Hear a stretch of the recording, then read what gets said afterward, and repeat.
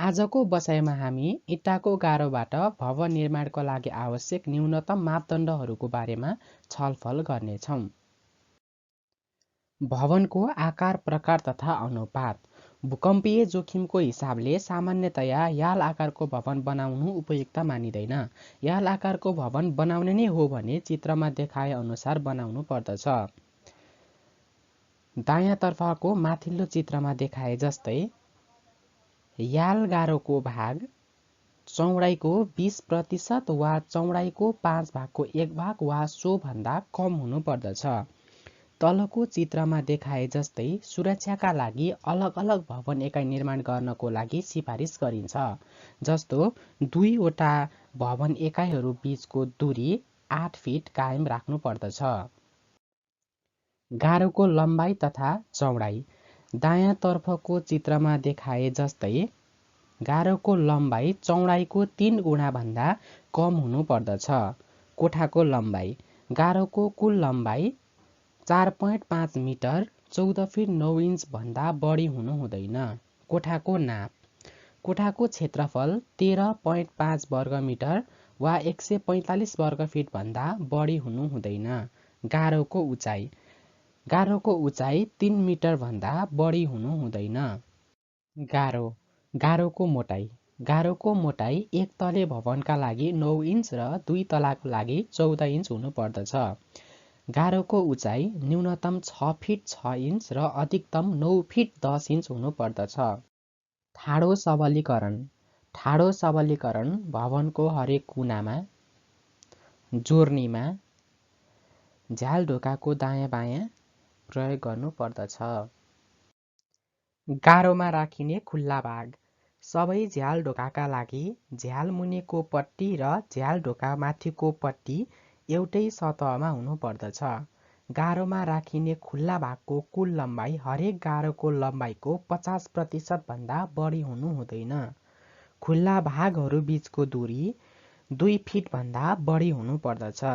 त्यस्तै गारोको कुनाबाट खुल्ला भागहरूसम्मको दूरी कम्तीमा 2 फिट हुनु पर्दछ।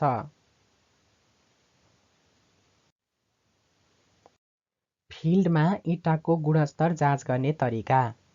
दुईवटा राम्रो इँटालाई जुधाउँदा घन्टी ठोकेको जस्तो टिन टिन आवाज आउँछ। त्यसै गरी दुईवटा इँटालाई चित्रमा देखाए जस्तै गरी मिलाएर 1 मिटरको दूरीबाट खसाल्दा माथिल्लो इँटा मात्रै फुटेमा त्यो ठिकै इँटाको समूहमा पर्दछ। त्यस्तै दुवै इँटा नफुटेमा त्यो राम्रो इँटाको समूहमा पर्दछ। त्यस्तै गरी दुवै इँटा फुटेमा त्यो नराम्रो इँटाहरूको समूहमा पर्दछ, जसलाई हामीले भवन निर्माणको लागि प्रयोग गर्नु हुँदैन। इँटा राम्रोसँग पाकेको र सतह मिलेको हुनु पर्दछ। आड दिने गारो। यदि गारोको लम्बाइ धेरै लामो 14 फिट 9 इन्च भन्दा धेरै भयो भने आड दिने गरी छुट्टै आड गारो लगाउनु पर्दछ। यसको न्यूनतम मोटाइ मुख्य गारो बराबर हुनु पर्दछ। 14 फिट 9 इन्च भन्दा बढी बनाउँदा भित्र वा बाहिरबाट आड गारो बनाउनु पर्दछ। दायाँतर्फको माथिल्लो चित्रमा भित्रबाट आड गारो लगाइएको देखाइएको छ भने बायाँतर्फको तल्लो चित्रमा बाहिरबाट आड गारो लगाइएको देखाइएको छ। आड गारोको माथिल्लो भागको चौडाइ कम्तीमा मुख्य गारो बराबर हुनु पर्दछ। त्यस्तै आड गारोको न्यूनतम चौडाइ मुख्य गारोको उचाइको 1/6 भाग हुनु पर्दछ। इँटाको गारो लगाउँदा ध्यान पुर्याउनु पर्ने कुराहरू। मसलाको अनुपात। 9 इन्चको गारोको लागि मसला बनाउँदा 1 भाग सिमेन्टमा 6 भाग बालुवाको प्रयोग गर्नु पर्दछ। त्यस्तै 4 इन्चको गारोको लागि मसला बनाउँदा 1 भाग सिमेन्टमा 4 भाग बालुवाको प्रयोग गर्नु पर्दछ। मसलाको मोटाइ 10 मिलिमिटर वा हाफ इन्ची हुनु पर्दछ। इँटाको गारो मजबुत बनाउन ध्यान पुर्याउनु पर्ने कुराहरू। गुणस्तरीय इँटाको प्रयोग गर्नुपर्छ। गारो लगाउन अघि इँटालाई राम्ररी भिजाउनु पर्दछ। गारोमा प्रयोग गरिने मसलाको मोटाइ अनावश्यक रूपमा ठुलो बनाउनु हुँदैन, यसले गारोलाई कमजोर बनाउने काम गर्दछ। मसलामा प्रयोग हुने सिमेन्ट र बालुवा पनि गुणस्तरीय हुनुपर्दछ। मसला बनाइसके पछाडि यसको प्रयोग आधा घण्टाभित्र गरिसक्नु पर्दछ। गारो जुन बोनको प्रयोग गरी लगाउने हो सो बोनको नियम पूर्ण रूपमा पालना गर्नु पर्दछ। इँटाको गारो लगाउने तरिकाहरू। इँटाको गारो लगाउने विभिन्न तरिकाहरूमध्ये हामी निम्न तरिकाहरूको बारेमा छलफल गर्नेछौँ। स्ट्रेचर बोन्ड 4 इन्चको गारो। 4 इन्चको गारो लगाउँदा पहिलो सलमा तेर्सो इँटाहरूको प्रयोग गर्नुपर्दछ र दोस्रो सलको सुरुमा हाफ इँटाको प्रयोग गर्नुपर्दछ, जसले जोर्नीहरू छल्नलाई मद्दत पुर्याउँदछ। सबै नियम पालना गरेर बनाइएको 4 इन्चको गारो दायाँतर्फ देखाइएको चित्र जस्तै देखिन्छ। Flemish bond. फ्लेमिस बोन्ड जसमा हरेक सलमा ठाडो र तेर्सो दुवै इँटाको प्रयोग गरिन्छ। जस्तै पहिलो सलमा ठाडो इँटाको प्रयोग पश्चात रानी इँटाको प्रयोग गरिन्छ, तत्पश्चात दुईवटा तेर्सो इँटाको प्रयोग गरिन्छ, फेरि ठाडो इँटाको प्रयोग गरिन्छ भने दोस्रो सलमा सिधै दुईवटा तेर्सो इँटाको प्रयोग पश्चात ठाडो इँटाको प्रयोग, फेरि तेर्सो इँटाको प्रयोग गरिन्छ, जसले गर्दा सलहरूको जोर्नी एकै ठाउँमा पर्दैन। फ्लेमिस बोन्डको नियमहरू पालना गरेर बनाइएको गारो दायाँको चित्रमा देखाए जस्तै देखिन्छ। English bond. इङ्ग्लिस बोन्ड जहाँ ठाडो र तेर्सो इँटाहरूको प्रयोग हरेक सलमा पालैपालो गरिन्छ। चित्रमा देखाए जस्तै पहिलो सलमा एउटा ठाडो इँटाको प्रयोग पश्चात रानी इँटाको प्रयोग गरिन्छ, जसले जोर्नीहरू छल्नलाई मद्दत पुर्याउँदछ।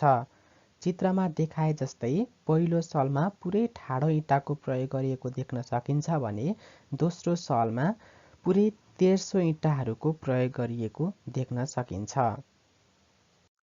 याल जङ्सनमा इङ्ग्लिस बोन्डको प्रयोग गर्ने तरिका। चित्रमा देखाए जस्तै पहिलो सलमा यो दिशातर्फ रानी इँटाको प्रयोग गरिएको छ भने दोस्रो सलमा त्यसको ठिक विपरीत अर्को दिशातर्फ रानी इँटाको प्रयोग गरिएको छ।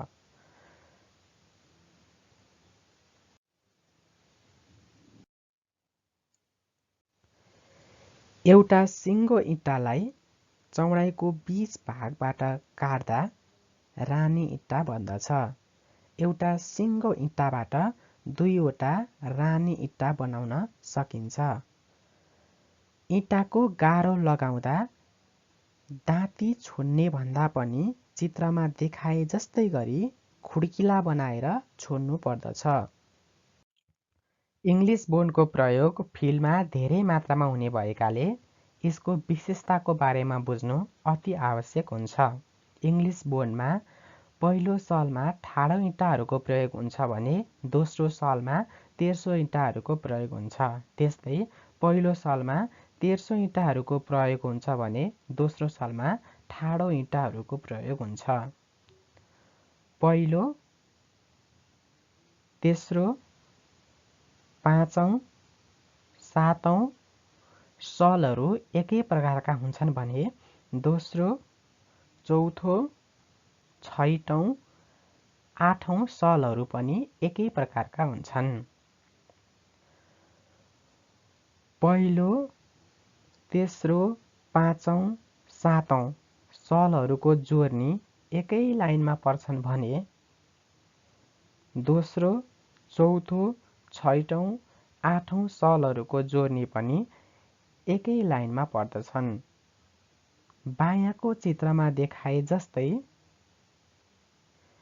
तेर्सो र ठाडो इँटाहरूको सेन्टरहरू एउटै लाइनमा पर्दछन्।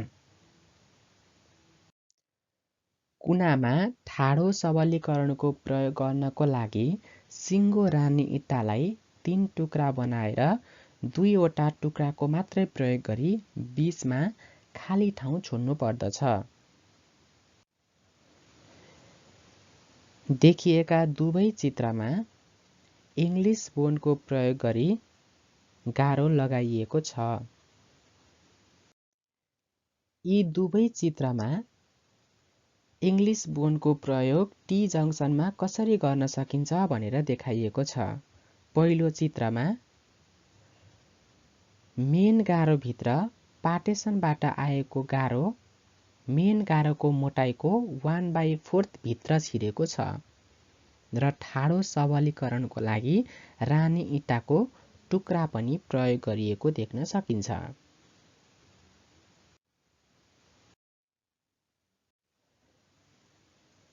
यी दुई चित्रहरूमा 9 इन्चको गारो र 14 इन्चको गारोको पहिलो सल र दोस्रो सलमा इँटाहरू कसरी राख्न सकिन्छ भनेर देखाइएको छ।